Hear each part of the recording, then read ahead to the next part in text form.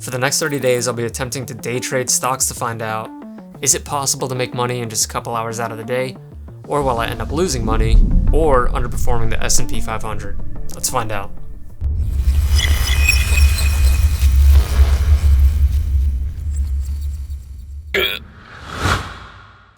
During mid-2020, I started working from home for a short period of time, and that's when I first got into trading. The market was going crazy, so I started trying to learn as much as I could, and I started taking a few small trades here and there. As we returned to the office, I ended up trading less and less, but I always wanted to give it another try. In order to day trade stocks, you have to have a minimum account balance of $25,000, according to FINRA's PDT rule. This basically states that if you execute 4 more round-trip trades within a 5-day period, your account will be marked as a pattern day trader. This rule was created back in 2001 as a measure of reducing the risks that are associated with trading. If the account value falls below $25,000, you'll have to deposit additional funds in order to meet the required minimum. Just to be safe, I'm going to deposit $26,000 into the account, just so I have a slight buffer in case I start getting close to the minimum. The platform I'm going to be using is TD Ameritrade's Thinkorswim, since it's free to use and I already have some familiarity with it from using it in the past.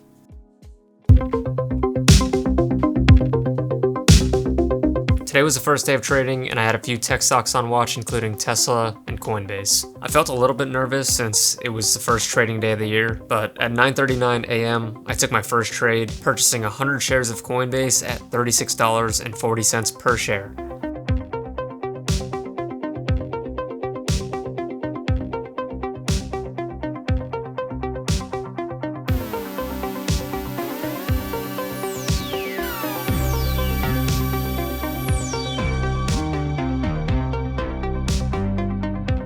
I ended up selling these shares 29 seconds later at $36.55 a share for a profit of $25.45. I forgot to mention that this is a margin account, so I'll be able to trade with double the amount of the account equity. So since I have $26K in the account, I should be able to purchase or sell up to $52K worth of most stocks. The following day, I saw a nice bottoming tail candle form on the 5-minute chart, indicating a possible reversal. I ended up purchasing 500 shares of Coinbase and selling them 49 seconds later for a profit of $29.53. Just like the previous day, this ended up being the only trade that I took for the day. Now, on the third day, this is where things get interesting. After a quick 7-second scalp and $30 in profit, I bought 500 shares of Coinbase at $33.45.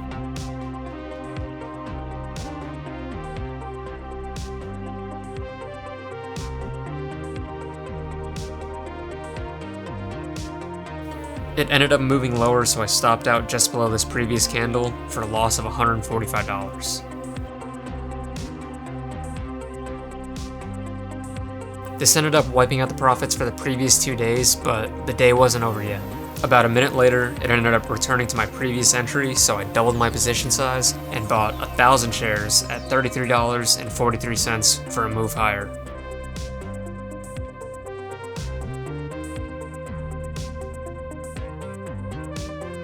Although I was in profit for over $130 at one point, I wanted to try to be patient to see if it could move over the previous high.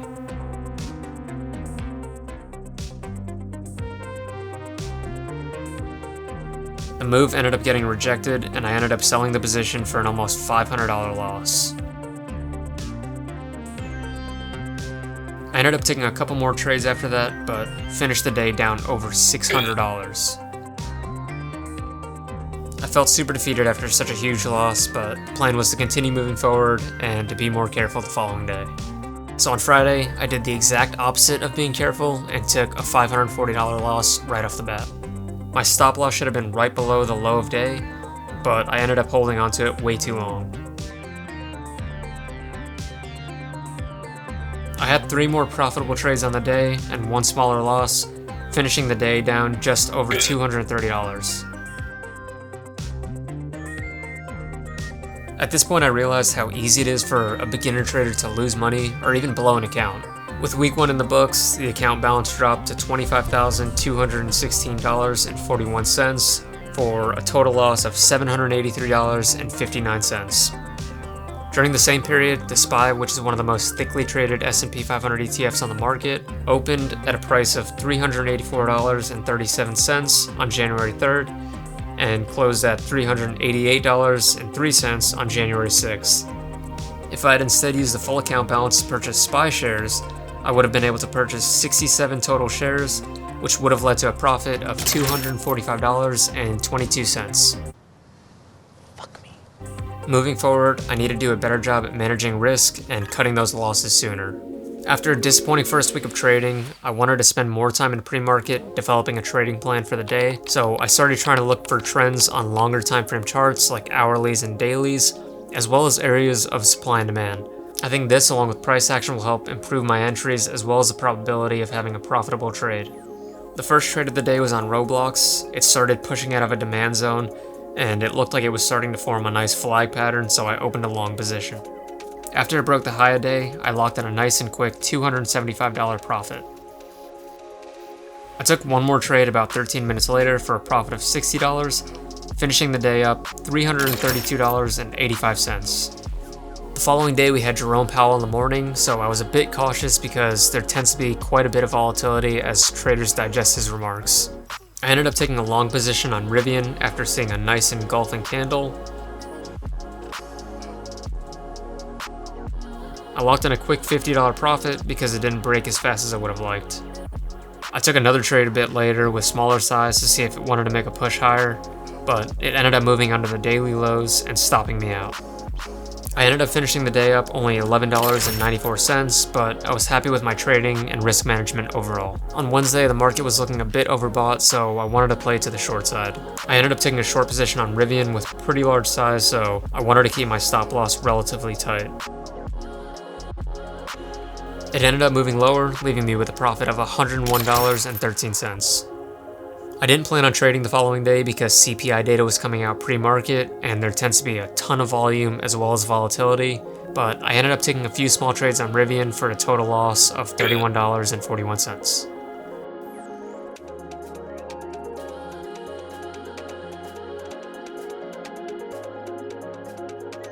On Friday, I was looking for potential short entries again because a lot of stocks that I had on watch were pushing into supply zones. Roblox was on a nice uptrend, but now towards the top of the range, and after a few failed attempts to move higher, I took it short for a quick 13-second scalp and a profit of $158.09 to end the week.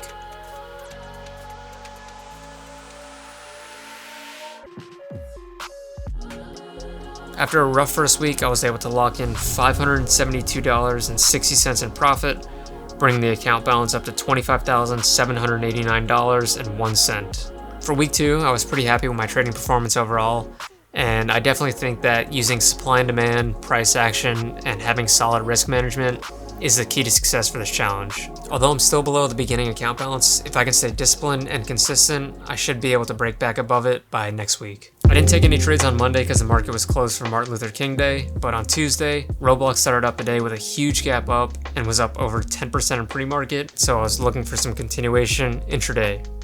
Around 9:46 a.m., it looked like it had put in a bottom and was ready to move higher, so I took 1,000 shares long. I ended up exiting the trade 31 seconds later for a profit of $120. The following day, I had a hard time taking an entry for some reason. Around 10:25, I ended up taking Roblox long for another attempt at a reversal.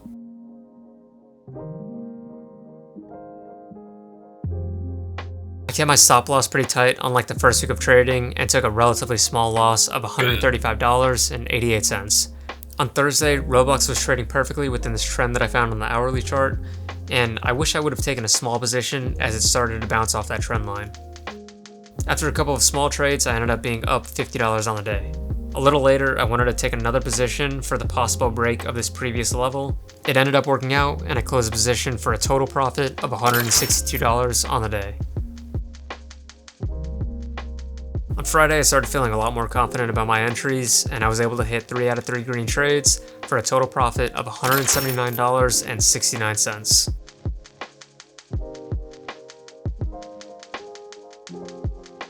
Although I didn't make as much money as I did last week, I was still able to squeeze out $324.90 in profit, not to mention my trading accuracy for the week was 87.5% with only one red trade on the week. With only one more full week left of the challenge, the goal is to stay as disciplined and consistent as possible. On Monday, I had a small profit of $25 to start the day. About half an hour later, I ended up taking a short, but it failed to move lower and I stopped out, leaving me down $94 on the day.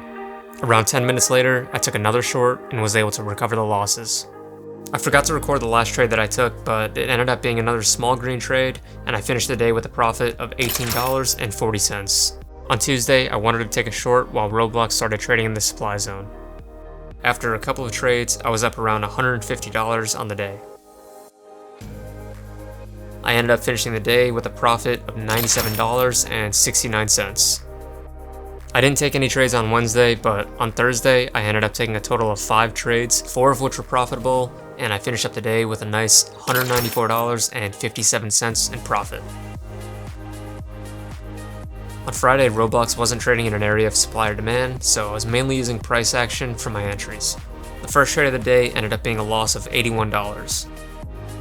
Half an hour later, I took another trade for a profit of $150, bringing me up to about $70 on the day. I took a couple of more trades around noon, which I shouldn't have because of the lack of volume around lunchtime, but I was able to finish the day with a profit of $72.58. This brings the weekly profit up to $383.24. Next week there's only 2 days left of the challenge, so I'm going to finish those up and then review all the data for the month. So this was an extremely interesting experiment for me. I think that in order to be successful at trading, you need to be completely disciplined and unemotional. But there were times where it was hard not to get emotional, especially when you have real money on the line and start taking huge losses. I'd imagine it would take months or even years to be completely unemotional while trading. As someone who doesn't have a ton of experience with trading, I definitely should have been more disciplined at the beginning of the challenge. With that being said, here are the final stats for the month. I was able to make a total of $523.14 in profit, with the average winning trade being $77.31 and the average losing trade almost double at $158.22. Now, if I were to put the full account balance into SPY shares, as I had mentioned before, and continue to hold those 67 shares, I would have made a total profit of $1,479.36. Although I would have made more money just investing in the S&P 500, there's no guarantee that I would consistently return over 5% per month. But that goes the same for day trading. There's nothing saying that I would consistently make over $500 per month. If you're someone who's extremely disciplined and willing to learn, I definitely think that day trading can be a profitable side hustle or even full-time income stream with more experience. I really enjoyed giving trading another shot, and I hope you guys enjoyed the video. If you have any suggestions for what you would have done differently or something you'd like to see in the future, drop a comment below, and I'll catch you in the next one.